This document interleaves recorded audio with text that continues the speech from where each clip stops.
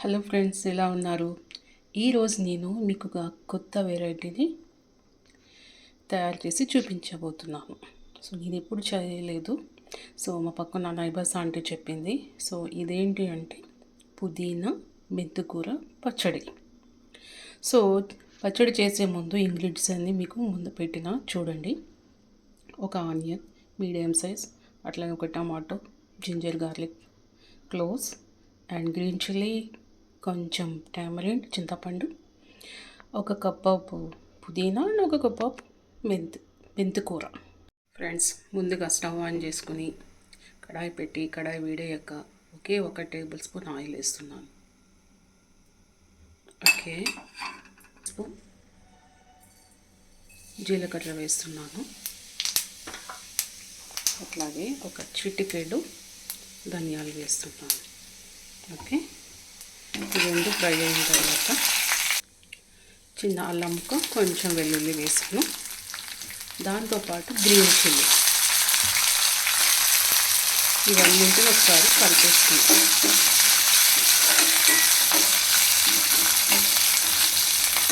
Green చిల్లీది పచ్చివాసన పోయే వరకు ఫ్రై చేయాలి.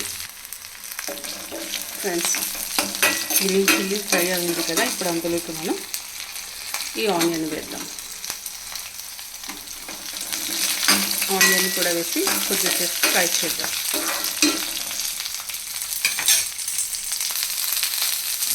ఇప్పుడు మనం కట్ చేసి పెట్టుకున్న టమాటాను వేస్తున్నాము.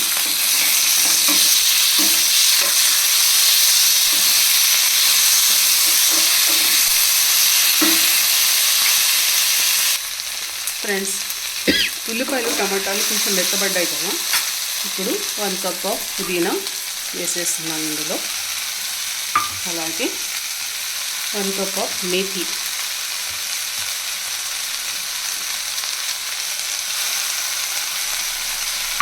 రెండు కూడా ఈక్వల్ పోర్షన్ తీసుకున్నాను.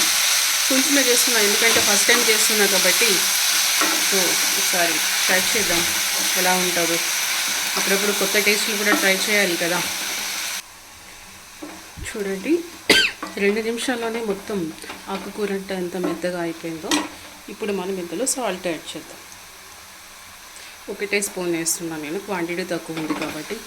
సాల్ట్ వేయడం వల్ల ఇది మొత్తం అన్నింటికి పట్టుకుంటుంది మంచిగా. చాలామంది పచ్చడి చేసి ముందు వేస్తారు.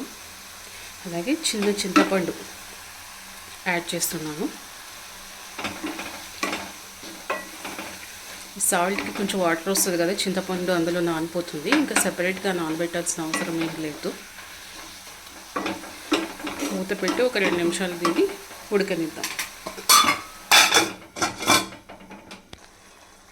ఒకసారి దీన్ని కలిపి ఇందులోకి కొంచెం పసుపు యాడ్ చేద్దాం.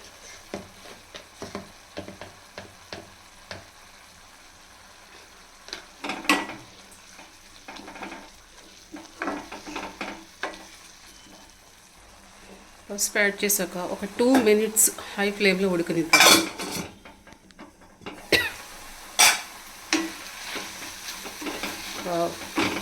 అన్నీ మెత్తగా అయిపోయింది. స్టవ్ ఆఫ్ చేసి చల్లారాక గ్రైండ్ చేద్దాం.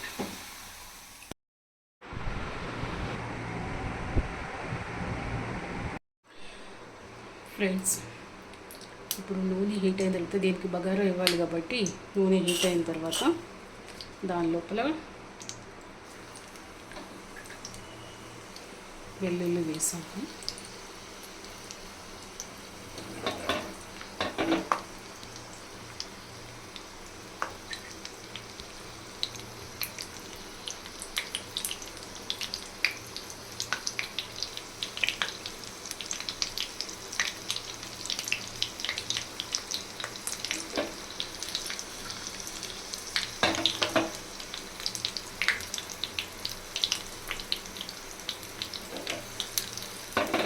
ఇందులో కొంచెం కలర్ చేంజ్ అయ్యాక ఇందులోకి నేను జీలకర్ర, ఆవాలు, ఎండుమిర్చి,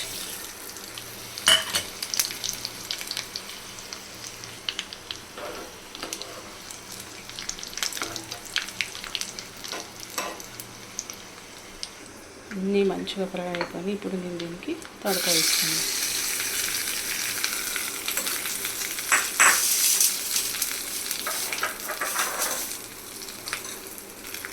మంచిగా ఒకసారి అప్స్ అండ్ డౌన్ కలిపేసుకుంటే